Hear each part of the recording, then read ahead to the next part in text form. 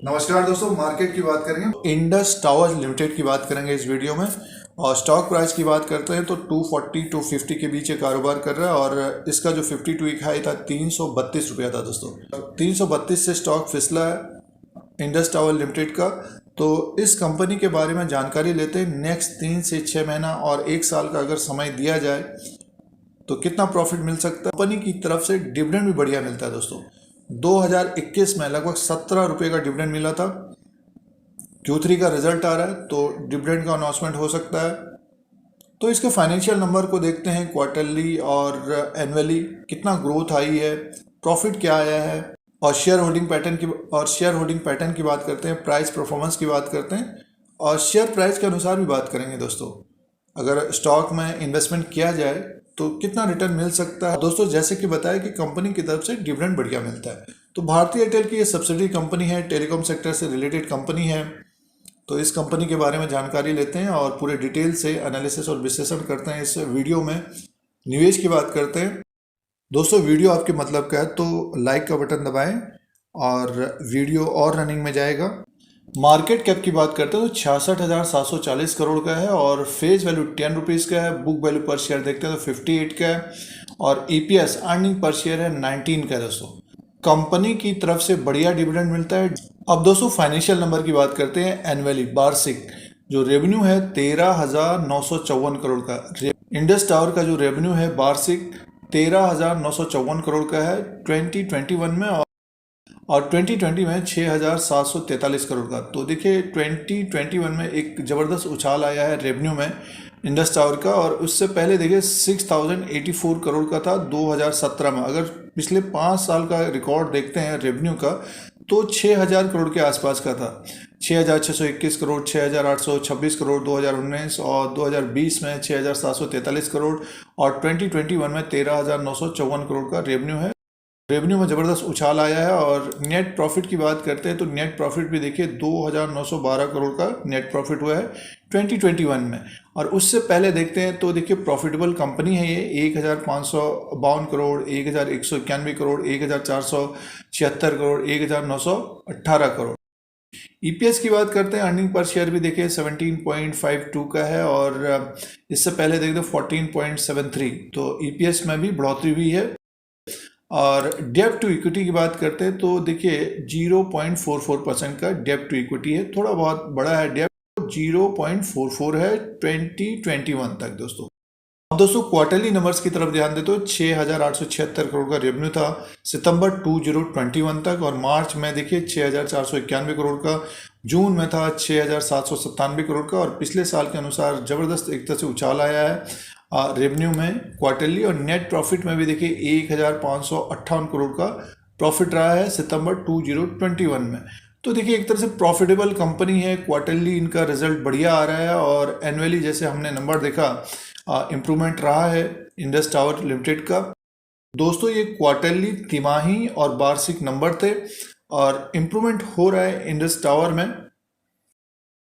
Share holding pattern की तरफ ध्यान देते हैं तो प्रमोटर्स की जो होल्डिंग है सितंबर 2021 तक 69.85% की है और इसमें प्लेस भी है 40% का दोस्तों। शेयर होल्डिंग पैटर्न अच्छी खासी है प्रमोटर्स की, बट प्लेस शेयर भी है 40% का। और FIs की जो होल्डिंग है वो है 26.83% का है सितंबर 2021 तक। और पिछले साल था 40.89%। FIs ने एक तरह से देखिए सेल किया है।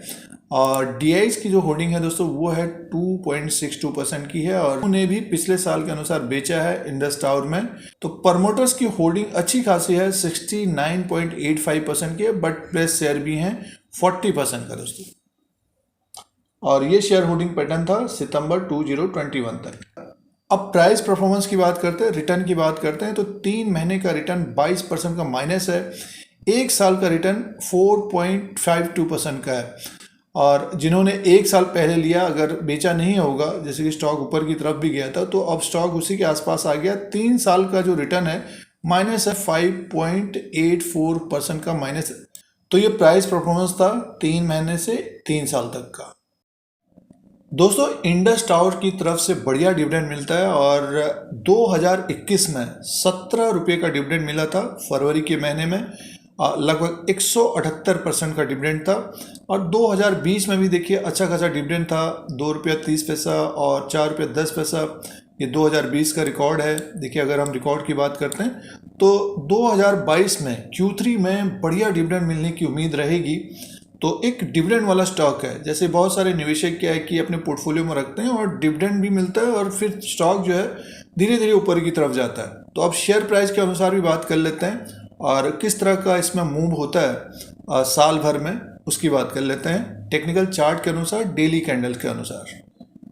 दोस्तों जैसे कि हमने फाइनेंशियल नंबर देखे तो एक प्रॉफिटेबल कंपनी है, रेवेन्यू में ग्रोथ आ रही है, प्रॉफिट भी अच्छा आ रहा है इंडस टावर लिमिटेड को, और डिविडेंड भी कंपनी की तरफ से बढ़िया मिलता है। Q3 का रिजल्ट आएगा तो डिविडेंड का बढ़िया अनाउंसमेंट हो सकता है। स्टॉक में ऊपरी तरफ से ये इसमें गिरावट है। अगर हम सितंबर इसी साल 2021 में सितंबर के महीने में लगभग ये 332 रुपये में था दोस्तों, तब से एक तरह से देखिए स्टॉक लगातार गिर रहा है। ज़्यादातर रेड कैंडल है, अगर ऊपर की तरफ स्टॉक जा भी रहा है, जंप भी कर रहा है तो फिसल रहा है। अभी देखिए जैसे कि इसने जो लो बनाया है 237 रुपये का बनाया है दोस्तों, तो लगभग 100 पॉइंट की गिरावट हुई है इसमें।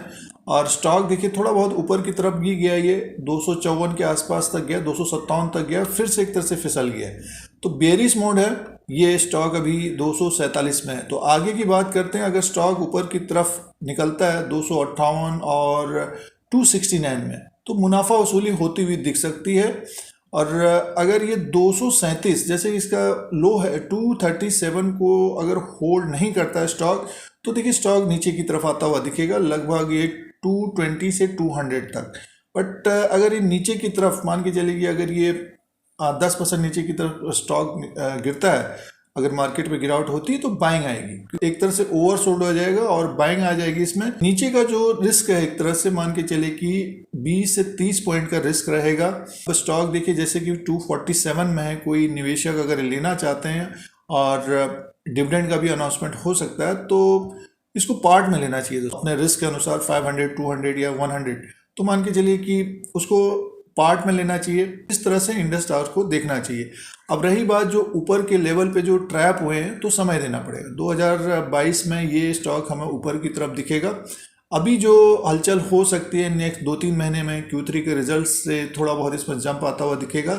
जब तक ये स्टॉक दोस्तों 280, 285 के ऊपर क्लोज नहीं होता है, तब तक इसमें एक बड़ी तेजी नहीं आएगी दोस्तों। और नीचे की तरफ अगर स्टॉक गिरता है तो एक तरह से वो मौका होना चाहिए इंडस टावर में दोस्तों। प्रॉफिटेबल कंपनी है और समय देने के अनुसार 3 से 6 महीना, 1 साल का समय देंगे तो स्टॉक हमें अगर 285, 290 के ऊपर जाता है तो इसमें एक और बड़ी तेजी आ सकती है। और 332 से जहां से स्टॉक गिरा है तो 2022 में ये यहां तक भी जाता हुआ दिख सकता है। तो दोस्तों ये डेली कैंडल्स के अनुसार है। और दूसरा इंडिकेटर अगर हम RSI को भी देखते हैं, देखिए ऊपरी तरफ से ये ओवरबॉट था और स्टॉक अब ओवरसोल्ड हो रहा है, तो नीचे की तरफ से बाइंग आ रही है दोस्तों। कहने का मीन्स है स्टॉक अगर गिरता है नीचे की तरफ तो बाइंग आएगी। अगर इंडस टावर लिमिटेड में इंटरेस्टेड हैं निवेश के लिए या लेना चाहते हैं, डेफिनेटली स्टॉक को अपने अनुसार देखना चाहिए। 2020 में भी इसी तरह का हुआ था, ये नीचे की तरफ था 180, 173 के आसपास, एक जंप किया इसने ऊपर की तरफ, लगभग 318 के आसपास तक गया। उसके बाद फिर 2020 में जो हुआ काफ़ी नीचे की तरफ आया था, तो एक 2020 में एक अच्छी रैली बनी थी, तो स्टॉक नीचे की तरफ आ रहा है। डेफिनेटली इसको नज़रों में रखना चाहिए और डिविडेंड भी मिलता हुआ दिख सकता है, अनाउंसमेंट हो सकता है कंपनी की तरफ से। तो जो लेवल्स हैं दोस्तों ये चार्ट पैटर्न के अनुसार है, एनालिसिस और विश्लेषण, और इस स्टॉक के ऊपर नजर रखना चाहिए। एक प्रॉफिटेबल कंपनी है, डिविडेंड भी बढ़िया मिलता है कंपनी की तरफ से, स्टॉक में गिरावट है, अगर स्टॉक नीचे की तरफ आता है तो पार्ट में खरीदना चाहिए। अगर तो इंडस टावर लिमिटेड का जो एनालिसिस और विश्लेषण है ये प्रेजेंट टाइम के अनुसार है। फिर कोई नया वीडियो लेके आएंगे, आज के लिए इतना ही, धन्यवाद।